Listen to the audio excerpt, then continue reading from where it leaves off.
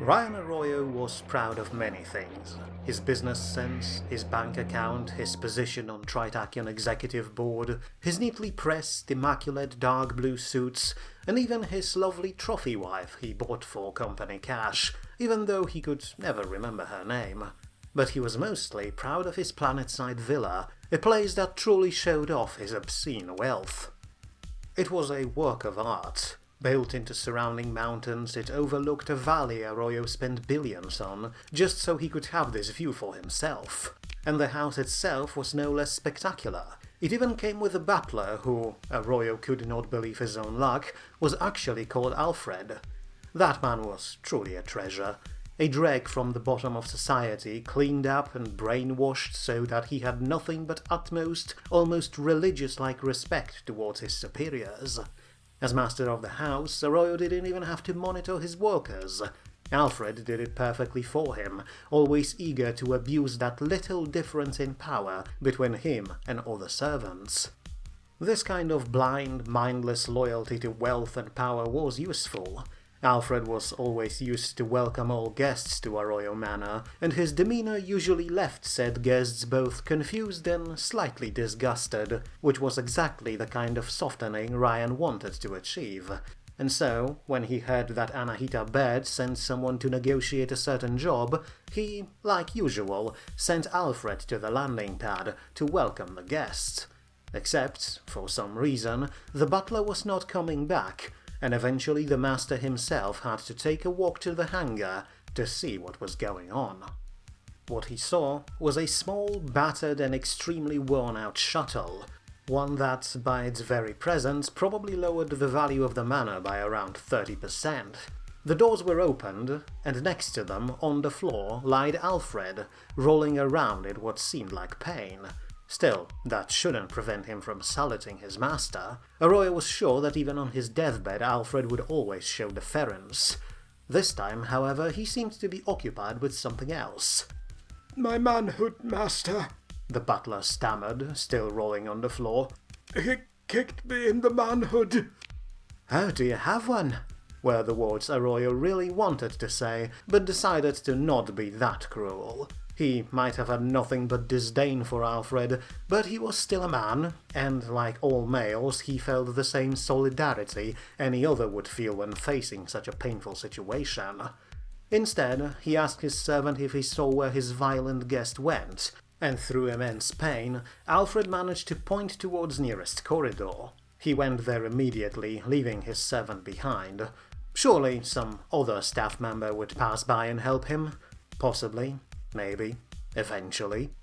So, with his butler behind, Ryan decided to check out where his guest went, and entered that corridor.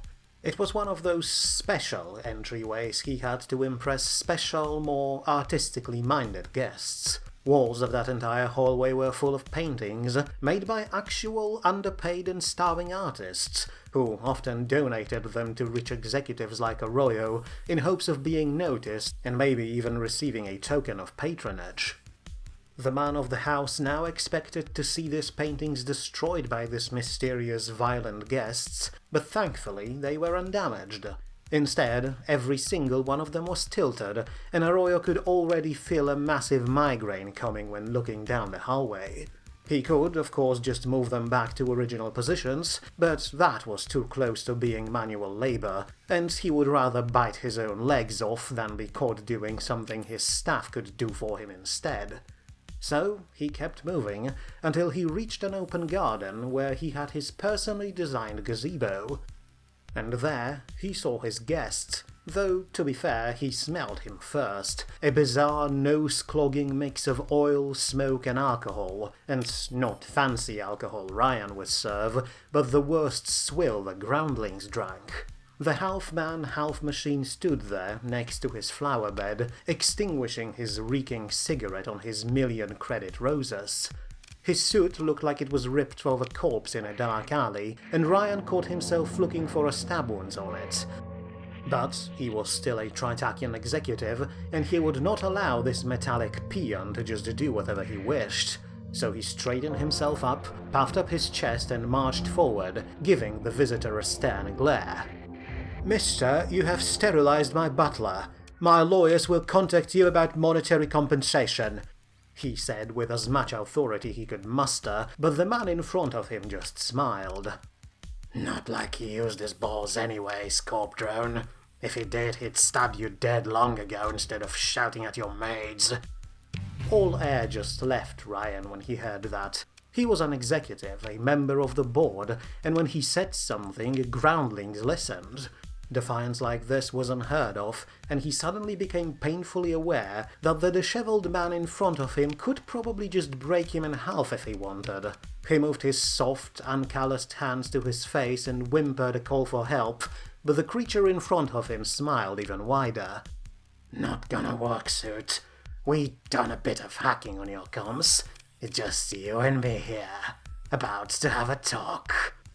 House had to admit, Varuna's knowledge of Tritac internal systems and Midnight Dissonance tech skills were a really neat combination for this mission. If he wanted, the old captain could literally turn this entire villa upside down and take over every single system. So, of course, he used it to call a maid to bring them a bottle of whiskey from Arroyo's personal reserve. The woman didn't ask questions when she brought it. She got the call from what she thought was her master, and long years of service taught her to obey commands without ever thinking about them. So, now that you're done posturing, boy, how about we have ourselves a nice and productive talk, eh? House said, pouring himself a glass. Madam Provost wanted us to say hello, so I say hello, and now let's get on with it. I assume you know what you're supposed to do? Arroyo shook his head, trying to back away, only for House to shut the doors behind him, forcing him to stay in the garden. I don't. She sent me a message, but the courier told me I had to wait for you people to arrive so we could listen to it together, he said, all pretense gone from his voice. Here, I have the datapad with me, he added, and cautiously handed it to the old pirate. He took one look at it and pressed play. Hello there, gentlemen. Anahita's face appeared on the screen, her office right behind her. She probably recorded it just moments after Mr. Carter and his crew left. I'm going to assume Dr. Disco is there with you, Ryan, because he's the most reasonable of that lot. So, Doctor, I immediately have to apologize, because when you were here I kind of lied to you. Sadly, the job I have for you and for Mr. Arroyo is a bit more complicated than just finding Miss Carez. I couldn't say anything because Sebastian is a good man, and he would not approve of what I'm about to say. What I want you and Mr. Arroyo to do, Doctor, is to break into Hegemony Data Vault archive and extract a certain file. The face on the screen kept talking about the details of the plan, but neither House nor Arroyo listened. Instead, Old Pirate poured another glass of whiskey and handed it to his unwilling host. Well, we're dead, he said. Ryan didn't say anything in response, and just took the glass and emptied it in one gulp. He was already scared before, standing face to face with a man who didn't care about his bank account. Now he was starting to shake. What the hell was the Provost thinking? It was one thing to call a favor and get access to some secret Tritacian information, but this? If Hegemony caught even a tiniest glimpse of his involvement, hell, involvement of anyone from the company, there would be diplomatic repercussions. Of course, he didn't give a damn about diplomatic repercussions, but he knew full well that the board would immediately throw him to the wolves if High Hegemon would start throwing accusations. And he couldn't have that, not at this moment in his career. His hands were starting to shake, and he hated that he showed weakness in presence of this prawl. But then, suddenly, an idea flashed in his mind. Yes, he shouted and immediately lowered his voice. No. We're not dead, mister, because the Provost knows I am a resourceful man, a man with contacts.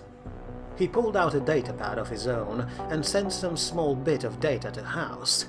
Go there, to Port Safe Franchise Station. Meet a woman named Gargoyle, who owns me a favor. She is the best, security consultant in existence that I know of, and will do what needs to be done. Poor girl may even be proud of it.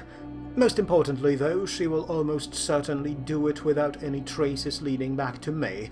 And to you, mister, of course," he added, after House looked at him sideways.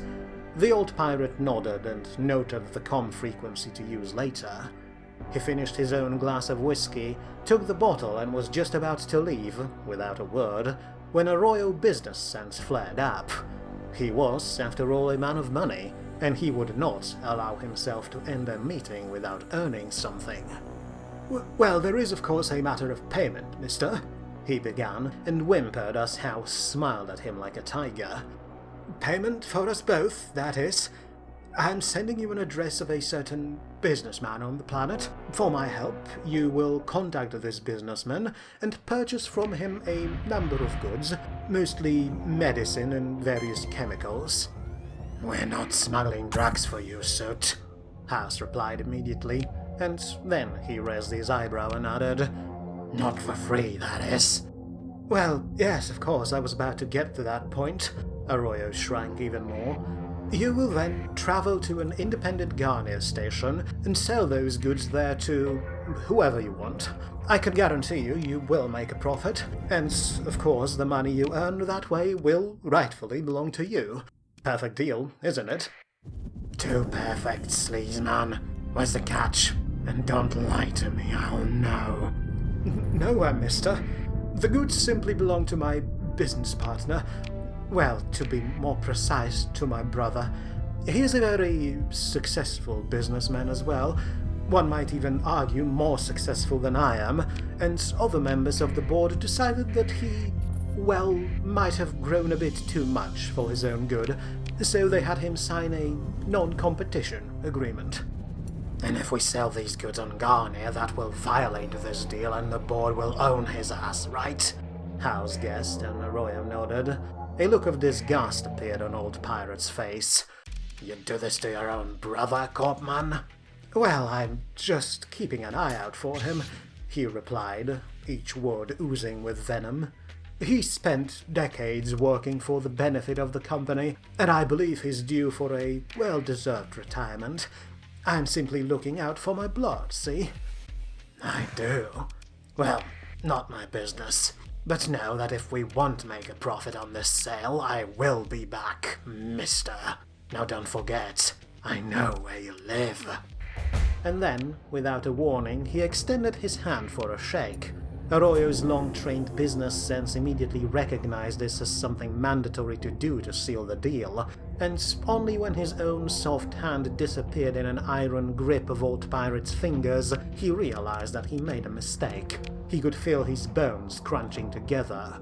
"Pleasure doing business with you, Soot," House said after 10 painful seconds of giving Ryan the worst handshake in his life. The corpsman fell to his knees at the end, fully expecting broken fingers. He didn't even notice as the old man walked past him, took another bottle from the maid, threw another cigarette butt into his flower bed, and marched out. "Set a course for Port Say, Captain," House said to the cop in his ear, "and tell someone to prepare me a bath. I feel dirty after meeting this man." And as he boarded the shuttle, he spotted a few other servants dragging away poor Alfred. One of the maids gave House a look, and as he flew away he smiled, because Tritakian executive Ryan Arroyo would soon probably have a little servile uprising to deal with. A few days later, the fleet arrived at Garnier with a cargo hold full of various chemicals and medicines they bought for a real cheap price back on Tritakian World. Arroyo really came through there. The cargo was loaded quickly and efficiently by unmarked cargo drones within an hour, while it would take the company better part of the entire day. Then, a nondescript man with a nondescript voice, no doubt obscured by inbuilt helmet voice changer, provided them with comm frequency for the buyer on Garnier.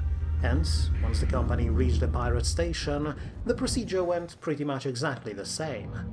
Only this time, the drones were not unmarked. Instead, they were very clearly painted in Tritakian colors and sported powerful transponders, which broadcasted their presence to the entire system. Within about 3 minutes of Cart Logistics' arrival, everyone in the solar system knew that Angus Arroyo, Ryan's older brother, was doing business on the station.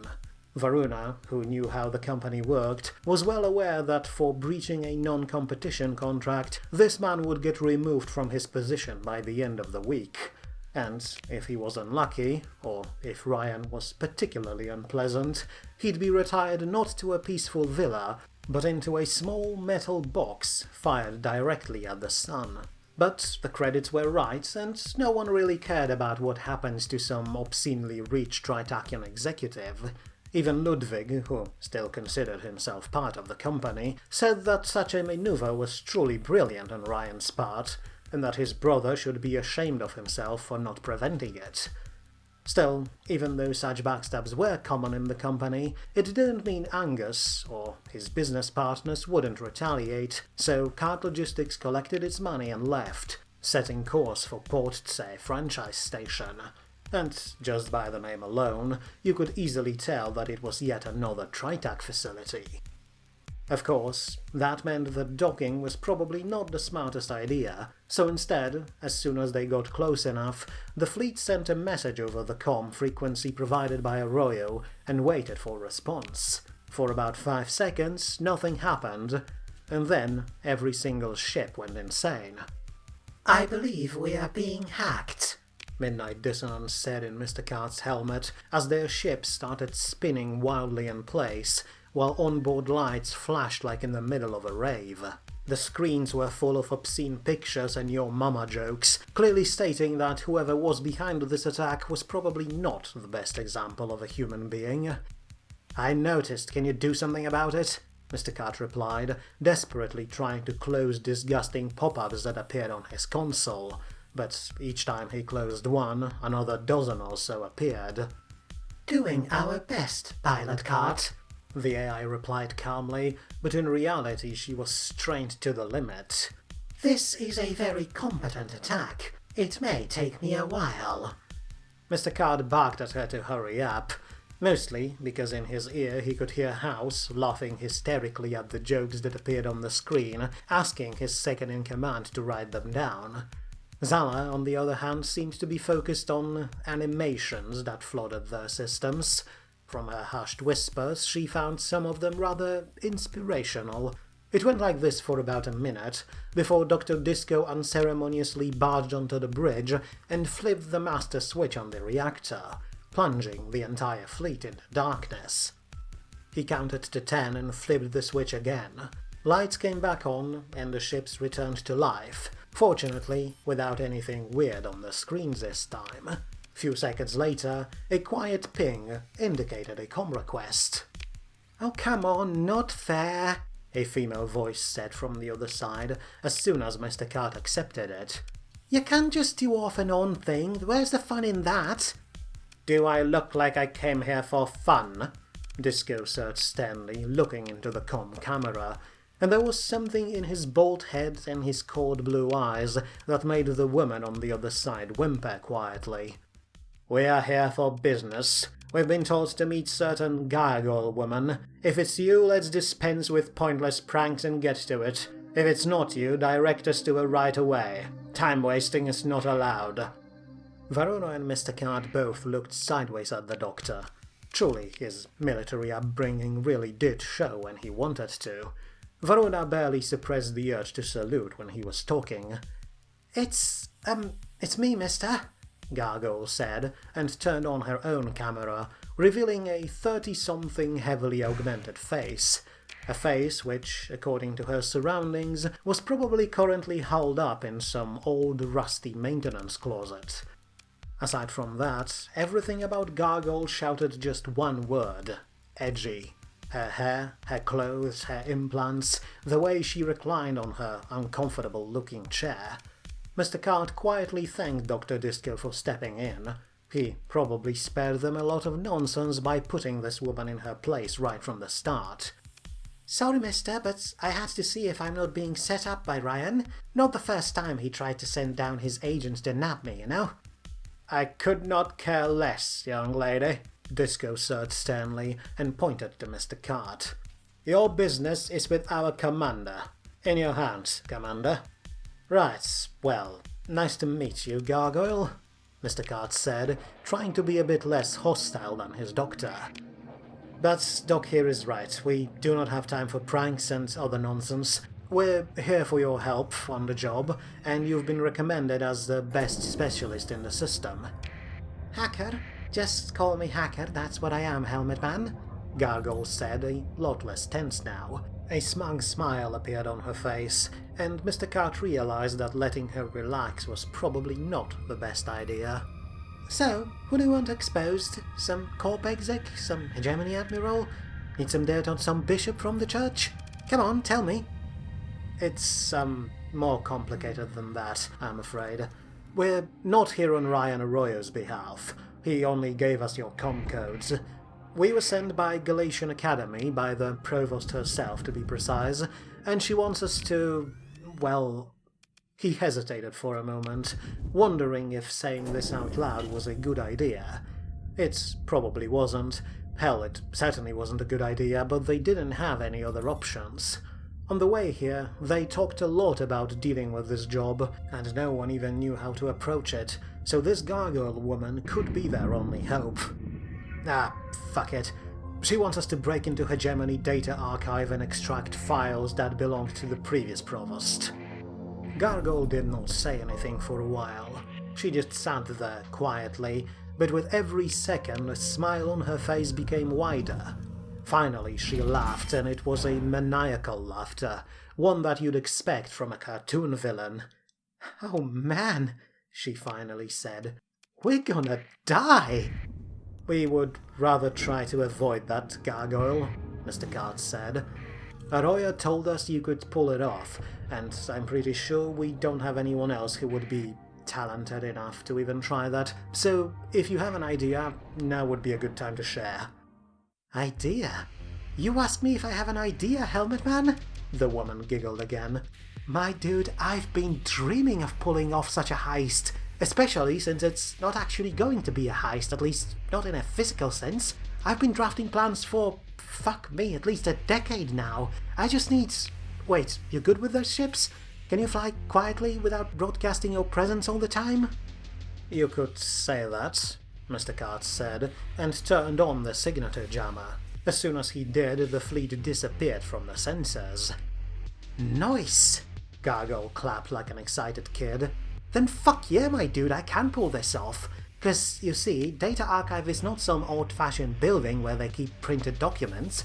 I mean, they do, but they also have digital copies of everything in that vault, which means we don't actually have to go there to nab it. And, I mean, not that we'd be able to, because it's probably protected by a few thousand troops in some fleets. Oh, and no one knows where it is." Mr. Cart tried to ask something, but Gargoyle was in full-speed rambling mode. "But it is connected to the data network, that I know.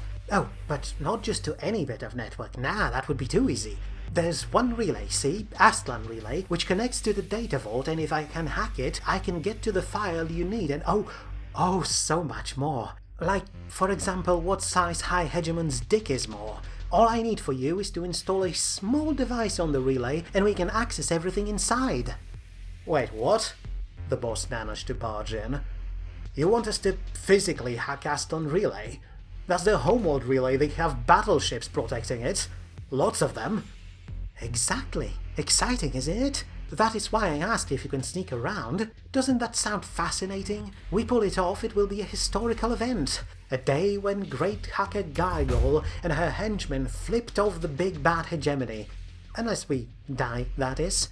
There's still a rather high chance that something might go wrong, probably on your end, and we'll all die. Or end up in a work camp. Sorry, correction camp. They like their distinctions, these little despots, don't they?" "That they do," Mr. Cart said weakly. "But let's assume it will work out. What do you want us to do?" "Determined, are we?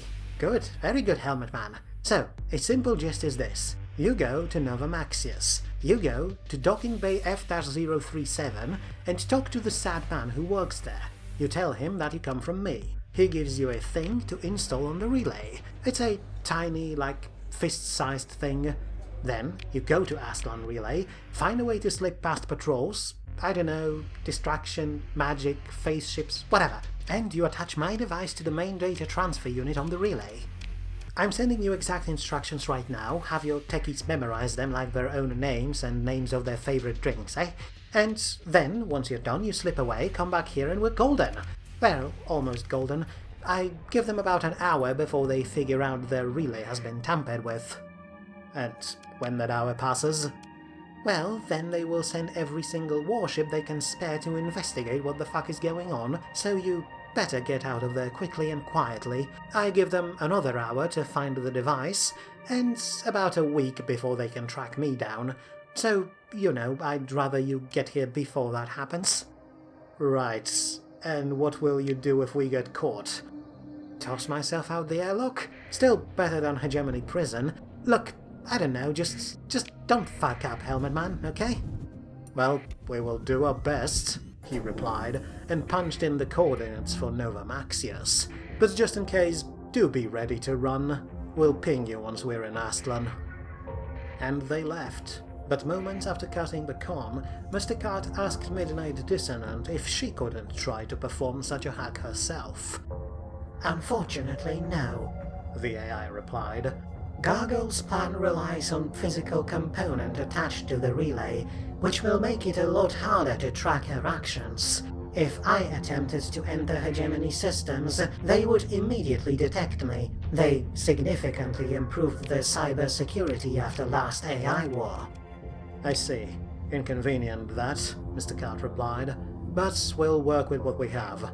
I just hope this hacker woman really is as good as she thinks she is. Fortunately, at least when it came to providing tools for the job, Gargoyle was indeed competent. As soon as the fleet arrived at Nova Maxius and sent in the codes, they were guided to an old, mostly abandoned dockyard, where their contact was already waiting for them. To avoid incriminating the officers, a group of low-ranking, least recognizable crewmates were sent to the station to recover the device, and they came back aboard just a few minutes later, with a small package in their possession. Everything seemed professionally prepared and smooth, and yet the away crew seemed a bit concerned. Apparently, the man who received them on the dock seemed weird, like one of those lobotomized Tritakian workers. Empty eyes, empty smile, soft, motionless voice. Everyone wondered how this gargoyle managed to get in touch with such a husk of a man, but perhaps it was better to not ask. And besides, there was a lot more on everyone's heads, like the fact that they were about to commit an act of high treason against the most powerful state in Persian sector. Not that anyone cared about the treason part. The crews of Cart Logistics were made up of people who cared very little about states and countries, but they were still concerned about military response that Hegemony would no doubt send if they got spotted. Messing with any relay was a crime punishable by death. Messing with Aslan relay would make this death long and very, extremely unpleasant, and so everyone focused on doing their best to avoid that. Varuna and House were, as usual, sent in amongst the regular crewmates to ensure their eagerness, and this time they decided to not go for usual intimidation, but try to be a bit more inspiring. Yes, sure, it was a difficult job, they said, but they were the famed Ghost Fleet. They could sneak in and out of Aslan's system without Hegemony even knowing that they were there. And the crews listened and focused on their job, not because of House or Varuna were some kind of charismatic orators, but because, so far, their boss genuinely seemed to care about their well-being. In other fleets in the system, it was common to lose about 5% of manpower every month or so, to accidents, combats, infighting, or just poor decisions. Sure, Mr. Cart was some weird, reclusive creep, but in Cart Logistics people had a chance to survive, and not just that, they earned more than in any other independent fleet. And that, to most of the crewmates, was enough to not ask any questions, grit their teeth and do their best, because if they pulled this off, there was a chance for another bonus. And when it came to bonuses, Mr. Cart threw around money like a drunken sailor who just found a buried treasure. So, morale was high when the fleet set course for Aslan, because, let's be honest, no amount of idealism can beat a combination of financial reward and a threat of death should you fail. Which is why, when the fleet approached Aslan's system, every single crewmate, from lowest maintenance techs to bridge staff, were on their best behavior. Drinks and drugs were stowed away, comms between ships were silenced and restricted only to commanders. Every single non-critical device that could trip any long or short-range sensor was powered off, because this was not the place to take any chances. Aslan was the very heart of hegemony. There they had their capital world, Chickamostok, the most populous planet in Persian sector, and, at least according to High Hegemon himself, the new capital of human domain, or what little was left of it. And while Eagle's grip wasn't perfect on other systems, here they were 100% in control. As soon as Cart Logistics entered the system, through a faraway jump point located in a gas cloud, they picked up dozens of military patrol fleets. Hundreds of warships in total patrolled Aslan's system, because hegemony promised its people law and order and would enforce it no matter what. And there, close to the middle of the system, was the Aslan relay, probably one of the best protected pieces of technology in the entire sector. Information was always important, and this relay was what kept the hegemon and his navy informed about everything going on around the stars, and it was sure that if any tampering with it was detected, the military officers who would respond to it would show absolutely zero sense of humor about the situation. It was a difficult few days for Cart Logistics as a result. Though no one was aware of that, the fleet acted very much like ancient submariners, sneaking through oceans of Earth tens of thousands of years ago. The ships moved slowly, their engines set up to provide only minimal thrust to minimize their emissions. Non-critical systems were powered down, which meant no recreation, no water filtration, and only bare necessity of thermal and oxygen processing. Within the very first day, interiors of old vessels became hot and stuffy, and by the end of second day, the smell started becoming unbearable. But, regardless of that, everyone kept their heads in the game, hoping that their boss would once again pull off some impressive stealth maneuvers. And, as usual, Mr. Card delivered. He guided the fleet as best as he could, dodging any patrol that appeared on the sensors. Once, things became dangerous as one such patrol came too close and momentarily picked up the fleet on its own radars, but thanks to swift maneuvering on Mr. Card's part, he managed to get the fleet away, and Hegemon's warships moved on, probably thinking it was just some sort of a glitch in the systems of their old vessels. No alarms were raised and Cart Logistics moved on to hide in an asteroid field close to their destination. There, they waited for over 2 days, but thankfully, with all the space rocks around them, they could at least power up air and water filters and cool themselves off a bit. The crews rushed to seize this opportunity, but the boss kept staring at the sensors like a hawk, looking at patrol patterns of local fleets. And there, finally, there was their chance. All non-critical systems were once again powered down, and the fleet coasted out of the asteroid belt, approaching its destination. The relay was just a few light seconds away from them, but it was guarded by 2 fleets which patrolled around in irregular patterns, with other groups of ships moving around the area every now and then. Now, however, both patrolling fleets moved far enough away from the relay that Mr. Cart's ships could approach it, and still have enough time to send an away crew to install the hacking device, and that was where House and his specialists came in. They've been studying instructions provided by Gargle time and time again, until they could recite it from memory in their sleep, and they also practiced installation of the device on a model in a friendly Welcome's cargo bay. And when the relay was finally within range of the small, shielded cargo shuttle, they launched to perform what was, probably, the most dangerous manual hack in their entire lives. Shouldn't they have some Marines on the relay itself? House wondered shortly before they departed. They have all these defenses and patrols, but the relay itself is undefended once you get close to it. I don't think anyone would be mad or competent enough to even get close to it, Varuna replied, remembering her time in Hegemon's navy. And besides, they wouldn't trust a bunch of jarheads to protect the place. Hell, I'm pretty sure they don't trust anyone to get close to it. Well, at least it means we don't have to fight once we get there, House said, and then left with the techs. Still, they all expected troubles when they get close to the relay, but as it turned out, it couldn't be further from truth. Yes, there were a great many sensors installed on it, but Gargoyle's little device seemed to feed them with false readings, not to mention that the cargo shuttle had its own signature jammer, which Mr. Cart and Varuna managed to assemble over the past few days. And the installation itself was a trivial matter. Cut through a metal plate, attach a device according to the instructions, put the panel back in place, and done. It took around a week for the company to reach the relay, but installation itself was over and done with within 10 minutes, and House quickly brought his people back, all the while expecting trouble and entire armadas of battleships to materialize out of thin air and blast them all into stardust. But Gargoyle's stall was clearly well designed. The shuttle came back to the fleet, the crew reported mission accomplished, and still there were no alarms.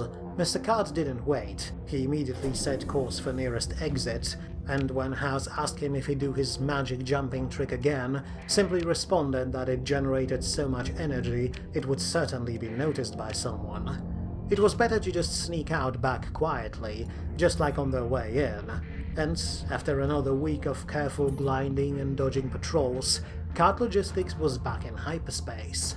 All systems were powered back up again, and the crews cheered as the boss sent out payment bonuses. Generous ones, for pulling such a thing off was not a cakewalk. Not even Tritakian and their spies managed to mess with Aslan Relay, nor their AI machines during the war. This truly was a heist of the century, or a millennium, or dozens of them, but of course everyone knew that they should never, ever mention it to anyone, because if word got out, hegemony would come for them, and they would shoot first and ask questions never. What the crews did not know was that as soon as the systems were powered up again, Mr. Cart received a frantic call from Gargoyle, whose face was both maniacally cheerful and terrified at the same time when it appeared on the screen. "We got it, Helmet Man!" she shouted as soon as the call was accepted. "I got access to their databases. So much stuff, so much information. If I wanted, I could plunge entire hegemony into a civil war right now." "Don't," Mr. Cart replied, trying to calm her down. "Just take the file we need and cut the connections. We don't want them tracking it." "I did that, except, well, I also kinda got curious and looked around and, well, they kinda sorta traced me down." Mr. Cart went silent. Varuna, behind him, went pale. "So yes, if you want to get your precious file, I'm going to have to ask you to get me out of here and get me somewhere safe. Fast, preferably fast, because, I tapped into their comms and they're kinda mobilizing their fleets to lay siege to this station." "Fleets?" Mr. Cart asked, his hands shaking slightly. "How many fleets?" Gargoyle swallowed, wiped cold sweat from her forehead, and giggled maniacally one more time. "All of them.